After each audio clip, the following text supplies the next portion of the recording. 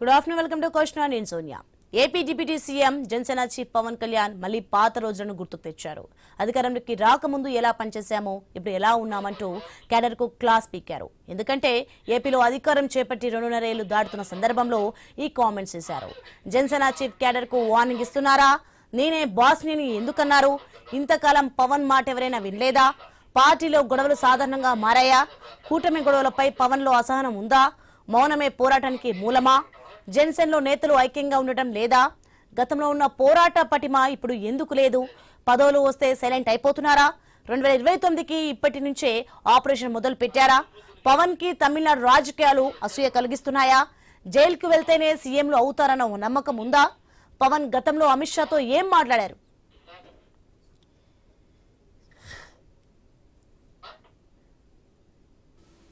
అంటే ఎంత కన్వీనియంట్గా ఉండే పాలిటిక్స్ అంటే మన ఈ మధ్యన ఒక విశ్లేషకులకు ఆయన నేను అమిత్ షా గారు మాట్లాడుకుంటున్నామంటే ఆయన పక్కనే ఉండి విన్నట్టుగా మాట్లాడారు. అంటే నాకు ఆయన అంటే చాలా గౌరవం నాకు, ఎందుకంటే ఆయన ఇంట్లో పెళ్ళికి కూడా వెళ్ళాను నేను. ఓకే, ఎవరి అభిప్రాయాలు ఉండొచ్చు, నిజంగానే పాలసీ పరంగా మాట్లాడటం విశ్లేషణ వేరు, హియర్సే అనేది విశ్లేషకులు మాట్లాడకూడదు. పలానోళ్ళు చెప్పారు నాకు అథారిటీ వాళ్ళు ఎవరు చెప్పలేరు. ఈ సభాముఖంగా నేను మీకు ఒకటి చెప్పదలుచుకున్నా, మనకి ఎక్కడ ఉంది పార్టీ నడపడానికి శక్తి? టీవీ ఛానల్స్ ఉన్నాయా మనకి? కనీసం మనకున్న సోషల్ మీడియా హ్యాండిల్స్ అన్నీ నాకు ఏదైనా కష్టం వస్తే అందరూ ఏకాభిప్రాయం మీద ఉంటారా? తమిళనాడులో ఒక హీరో సినిమా చూడాలి అంటే అతని అభిమానులందరూ ఏకతాటిపోయినంటే అతను సీఎం అయిపోయాడు. ఇక్కడ మన అభిమానులందరూ సినిమా పరంగా ఇష్టపడతారేమో కానీ పాలిటిక్స్ రాగానే కులం వచ్చేసింది బయట. కులానికి విడిపోయారు, కొంతమంది పార్టీలుగా విడిపోయారు. ఎక్కడ ఏకాభిప్రాయం ఉంది ఇక్కడ? మరి ఇలాంటి వైరుధ్యమైన వాతావరణంలో ఎదిగి ఇక్కడ దాకా రావటమే ఒక కొండరాయిని బద్దలు కొట్టుకొని ఒక మొక్క పెరిగితే ఎలా పెరుగు అంత కష్టం వచ్చింది.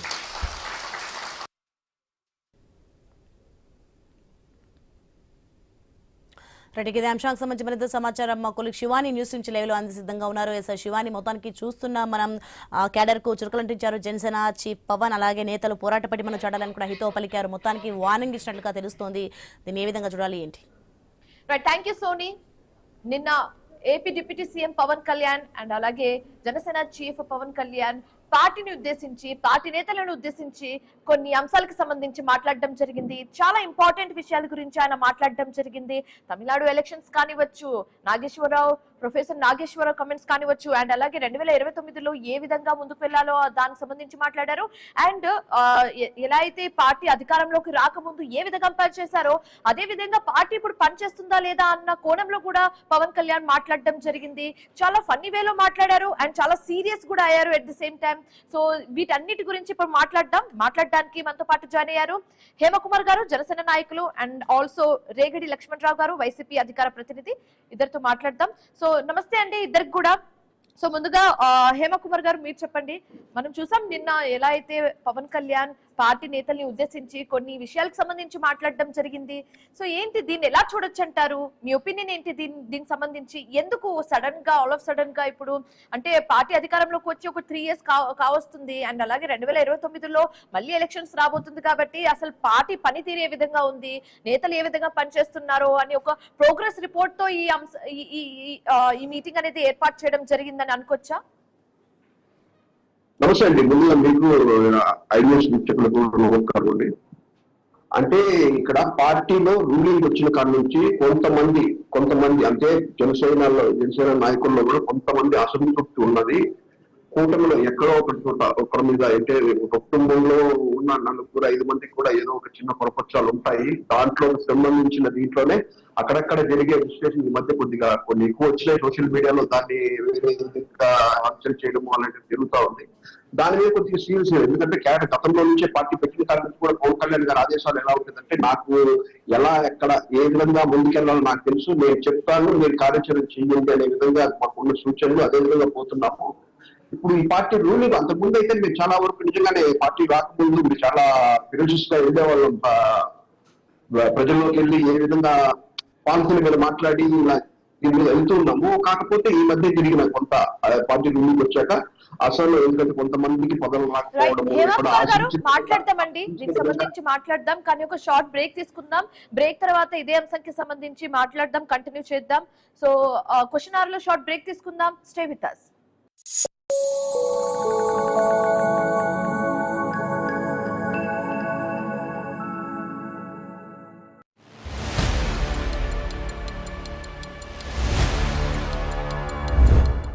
రాజకీయ చదరంగంలో ఎత్తులు పై ఎత్తులు, బయటికి మిత్రులు, లోపల మాత్రం కుతంత్రులు. ఎవరు పావులయ్యారు, ఎవరు వజీర్లయ్యారు, ఎవరు ఎవరితో చేయి కలుపుతారు, ఎవరు ఎవరికి చెక్ పెడతారు, ఇంటి గుట్టు పెరుమాళ్లకే కాదు నాకు తెలుసు. నేను మీ ఆశ లోగుట్టు, ప్రతిరోజు సాయంత్రం 6:30 మీ ఐ న్యూస్ లో. Don't miss it.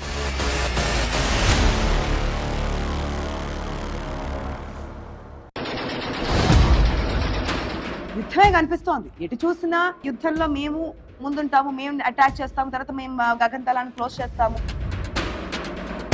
ఈ అమెరికా, ఇజ్రాయెల్ వంటి శత్రువుల నుంచి తమ దేశాన్ని రక్షించుకోవడానికి ఈయనే కరెక్ట్ పర్సన్ అంటూ కూడా అటు IRGC కూడా భావించింది. Iran supreme leader Ayatollah Ali Khamenei భార్య మన్సూరే ఖోజస్తీ మృతి చెందారు. 24 గంటల్లో 30 మిసైళ్లు, 1200 బాంబులు. ఇది Iran supreme leader Ayatollah Ali Khamenei లక్ష్యంగా ఇజ్రాయెల్ చేసిన ఆర్మీ దాడి. భీకరంగా జరుగుతున్న పశ్చిమాసియా యుద్ధంలో భారత్ కు చెందిన ఒక వ్యక్తి ప్రాణాలు కోల్పోయాడు.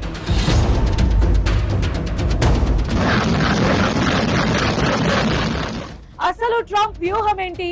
ఇరాన్ వైపు నుంచి వినిపిస్తున్న స్పందన ఏంటి? ఇరాన్ పై ఈ రెండు దేశాలు మిస్సైళ్ల వర్షం కురిపిస్తున్నాయి. ఇరాన్ లో మళ్లీ పాత రోజులే వస్తాయా? ప్రజాస్వామ్యబద్ధంగా ఎన్నికలు జరుగుతాయా అన్నదే ఇప్పుడు పెద్ద టాక్. ఇరాన్ అగ్రనేత ఖమేనీ అంతం తర్వాత ఇజ్రాయెల్ తన తదుపరి లక్ష్యాన్ని సిద్ధం చేసుకుంది.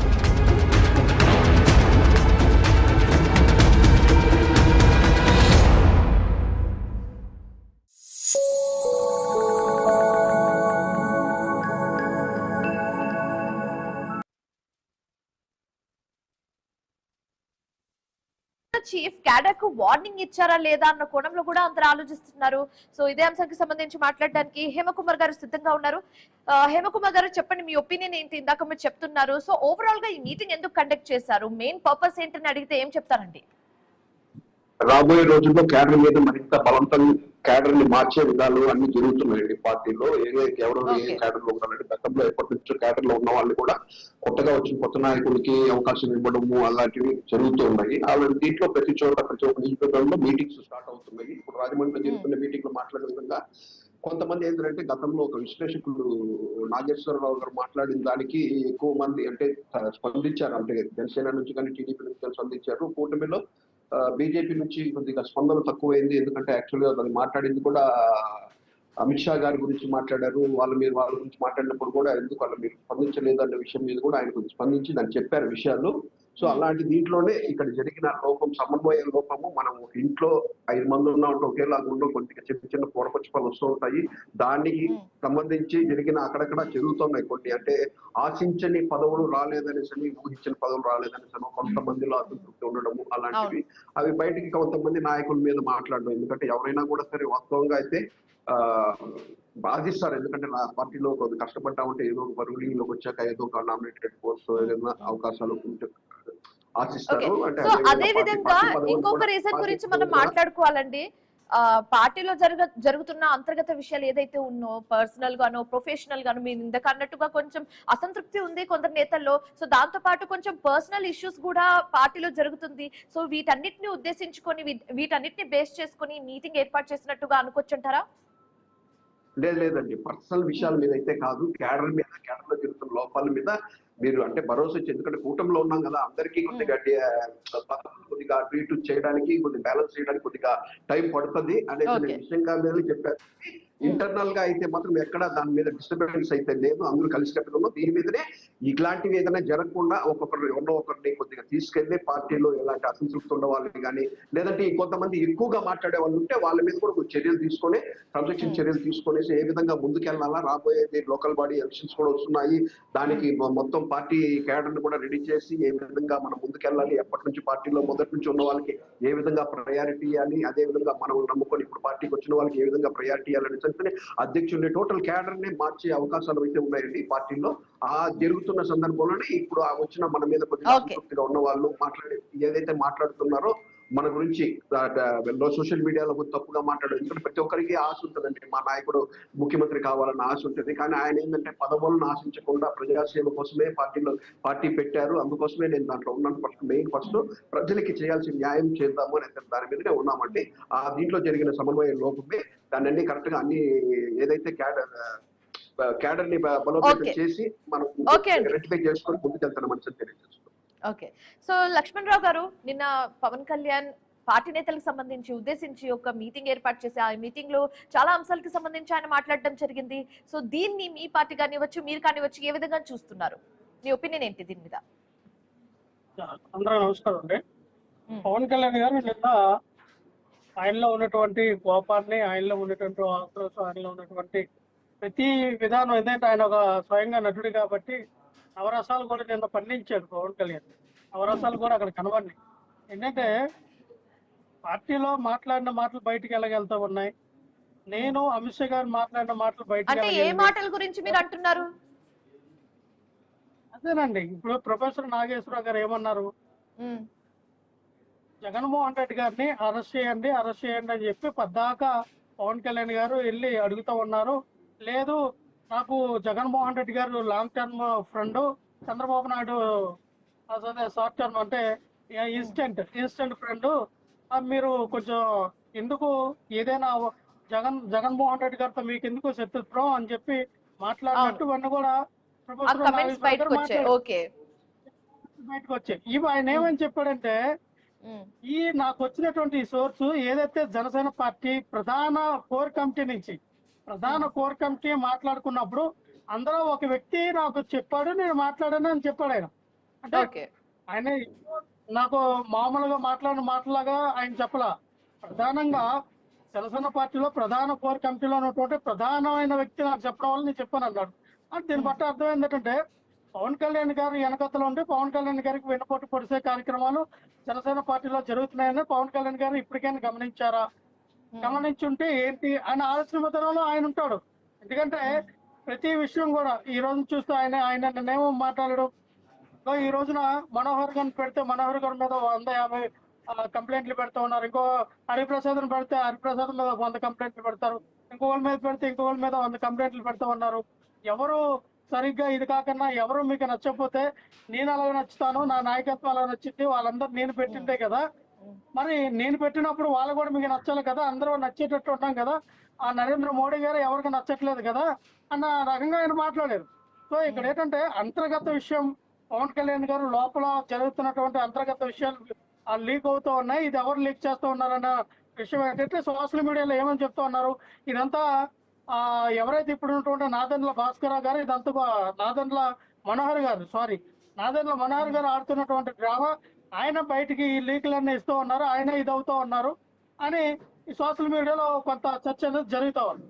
అది ఎంతవరకు వాస్తవం అబద్ధం అనేది తెలియాలి. ఇక్కడ ఏంటంటే వాళ్ళ పార్టీని నిర్ణయించుకోవాలి, పార్టీలో బలమైనటువంటి నిర్మాణం ఉండాలని ఆలోచన విధానం చేసుకుంటూ ఉంటారు. వాళ్ళ పార్టీ అంతర్గత విషయం అది నిర్మించుకుంటారా లేదనేది పవన్ కళ్యాణ్ గారు. అదే విధంగా పవన్ కళ్యాణ్ ఇంకొక మాట కూడా మెన్షన్ చేశారండి. తమిళనాడు పాలిటిక్స్ గురించి కూడా మాట్లాడడం జరిగింది.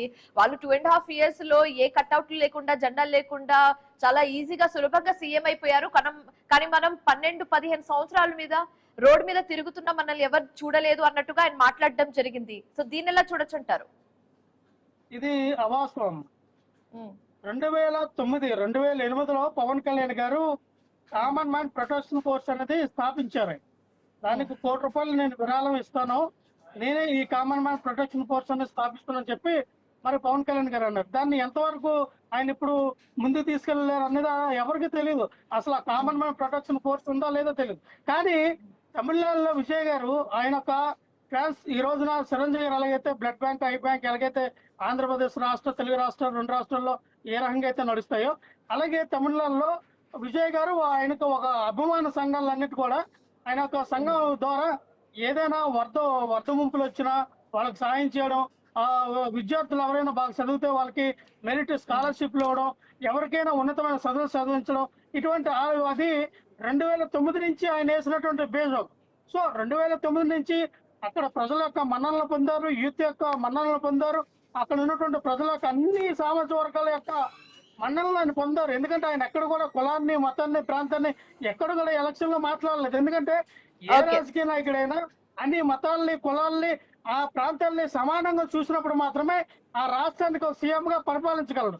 అంతేగాని పవన్ కళ్యాణ్ గారు లాగా కులము, మతము, ప్రాంతం మాట్లాడితే ఒక కులానికో, మతానికో, ప్రాంతానికో పరిమితమైనటువంటి పరిస్థితి పవన్ కళ్యాణ్ ఈ రోజు ఏర్పడింది. కాబట్టి ఆయన అటువంటి మాట్లాడుతూ ఉన్నారు. ఎందుకంటే తమిళనాడు రాజకీయాలు చూసి ఆయన ఎందుకు ఇదవుతూ ఉన్నాడంటే, ఆంధ్రప్రదేశ్ రాష్ట్రంలో నీకు ఆ అవకాశం ఉన్నా 15 సంవత్సరాలు, 20 సంవత్సరాలు, 30 సంవత్సరాలు. కానీ ఒక ఫ్యూ డేస్ బ్యాక్ స్వయంగా పవన్ కళ్యాణ్ ఒక మాట చెప్పారు, తమిళనాడు పరిస్థితులు వేరు, ఏపీ పరిస్థితులు వేరు అని చెప్పారు లక్ష్మణరావు గారు. చంద్రబాబు నాయుడు గారికి పెద్దపాలేరుగా ఉంటాను, చంద్రబాబు నాయుడు గారి దగ్గర పెద్దపాలేరుగా ఉండి ఆయన పోసిన మోసాది నీళ్ళు తాగుతున్న ఆలోచన బయటకు విడిస్తే ఆంధ్రప్రదేశ్ రాష్ట్ర ప్రజలు కూడా నేను ఆశీర్వదించి వచ్చాము. లక్ష్మణరావు గారు ఓకే అండి, మాట్లాడదాం. సో హేమకుమార్ గారు మీరు చెప్పండి, 2029కి ఇప్పటి నుంచే కసరత్తు మొదలు పెట్టారని అడిగితే ఏం చెప్తారండి? ఒక్క నిమిషం, will get back to you. Lakshmanarao గారు మళ్ళీ వస్తాం, ఒక్క నిమిషం ఆగండి. సో హేమకుమార్ గారు 2029కి ఇప్పటి నుంచే కసరత్తు మొదలు పెట్టారని అడిగితే ఏం చెప్తారండి? ఖచ్చితంగానండి. ఏదైతే చేసి మాట్లాడామో మీరు చెప్పేది కరెక్టే. మేము పార్టీ 2029 ఎన్నికలకి మేము మొదలు పెట్టాము, ఏ విధంగా బలోపేతం చేసుకుంటున్నాము. కాకపోతే కొంతమంది మాట్లాడే విధానాలు ఎవరి మాట్లాడడం అనేది ఇది కరెక్ట్ అయిన మాటలు కాదు. ఎవడు మోచిన నీళ్ళు ఎవరు తాగక్కర్లేదు, ఎవరెవరు బతుకు వాళ్ళు బతుకుతున్నారు, ఎవరెవరు పార్టీలు వాళ్ళు నడుపుకుంటున్నారు. ఎంతతోపు మా మీద పడి బురదలడము ఇలాంటివి తట్టే ఇంకొక అంశం లేదు.